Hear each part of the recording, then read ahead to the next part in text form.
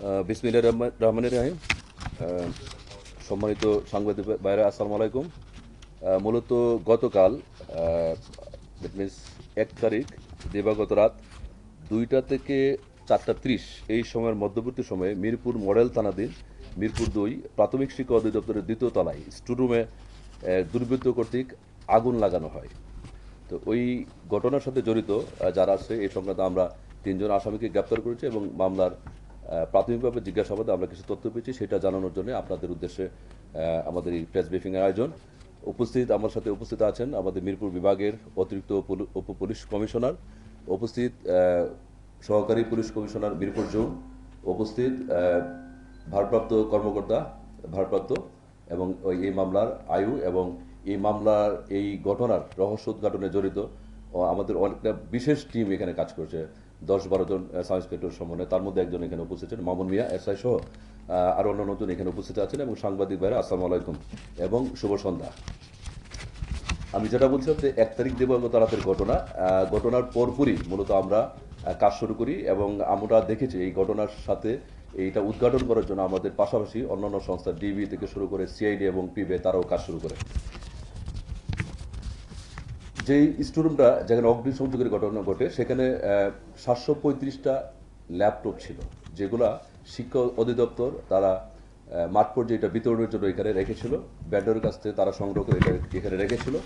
এবং এই অগ্নিসংযোগের ফলে যেটা ঘটে আমরা দেখতে পাই ঘটনাস্থল ভিজিট করে যে এটা এখানে 33টা ল্যাপটপ আংশিক ক্ষতিগ্রস্ত হয়, 29টি একটু বেশি মাত্রায় পুড়ে যায় এবং 140টি ল্যাপটপ সম্পূর্ণ অবস্থায় পুড়ে যায় এবং 450টি ভালো ছিল। এটা হলো ব্রেকডাউনটা 725টার মধ্যে।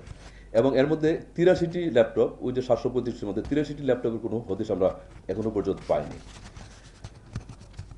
এখানে আমরা যেটা দেখেছি ল্যাপটপের ব্যাগ সহ অন্যান্য কিছু অ্যাক্সেসরিজ এই আগুনে ক্ষতিগ্রস্ত হয়।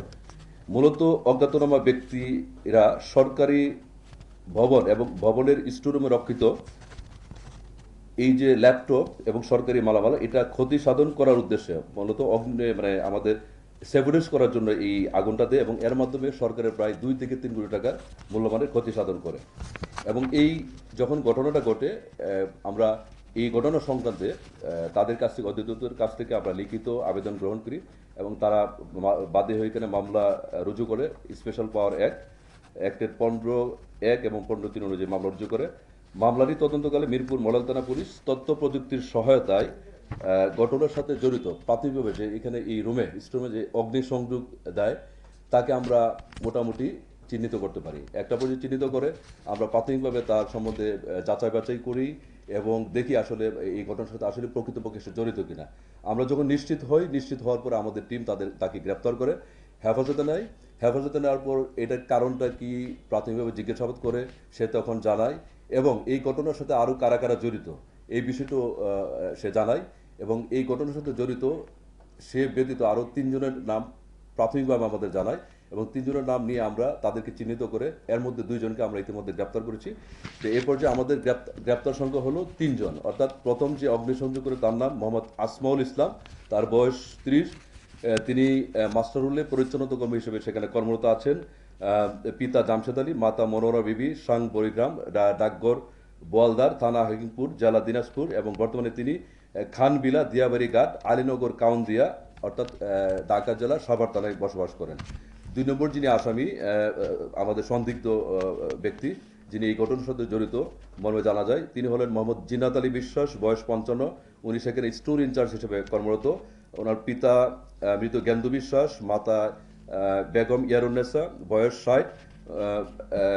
সাং হলো 60 তেউতা, পোস্ট অফিস তেউতা, থানা শিবালয়, জেলা মানিকগঞ্জ। বর্তমানে তিনি 19/15 ল্যান্ড 15 ব্লক এ মিরপুর 10 অর্থাৎ মিরপুর মডেল থানার এলাকায় বসবাস করেন। 3 নম্বর যিনি আসামি মোহাম্মদ হুমায়ুন কবির খান, বয়স 59। উনি সেখানে মাস্টারুলের স্টোর কিপার হিসেবে কর্মরত। পিতা মৃত মোহাম্মদ আলী খান, মাতা খুশ আক্তার বেগম, সাং বালিয়াপাড়া, দক্ষিণ বালিয়াপাড়া সরকারি প্রাথমিক বিদ্যালয় সংলগ্ন, পোস্ট অফিস বালিয়াপাড়া, থানা আড়াহাজার এবং জেলা নারায়ণগঞ্জ। এবং এই ঘটনার সাথে আমরা এখন পর্যন্ত যে তথ্য পেয়েছি, হৃদয় নামে আরেকজন অলরেডি আমাদের দ্বারা শনাক্ত হয়েছে এবং তাকে আমরা গ্রেপ্তারের আমরা কার্যক্রম চলমান আছে। মামলা আমরা তদন্ত করছি। এই ঘটনার মূল যে মোটিভ, কেন তারা এখানে অগ্নিসংযোগ করলো, মূল পরিকল্পনায় তাদের বাইরে আর অন্যান্য কেউ আছে কিনা এবং এটার মূল মোটিভটা কি সেটা আমরা বের করার জন্য আমরা কাজ করছি। এবং আমরা এই পর্যায়ে যেহেতু তদন্ত চলমান আছে তাদেরকে আমরা গ্রেপ্তার করছি, আদালতে সুপর্দ করব এবং তাদেরকে আরও পুলিশের হেফাজতে নিয়ে নিবিড়ভাবে জিজ্ঞাসাবাদের জন্য আমরা বিজ্ঞ আদালতের জন্য আমরা আবেদন করব এবং আশা করি তারপরে বাকি যে মূল মোটিভ সেটা আমরা উদ্ধার করতে সক্ষম হব। ধন্যবাদ সবাইকে।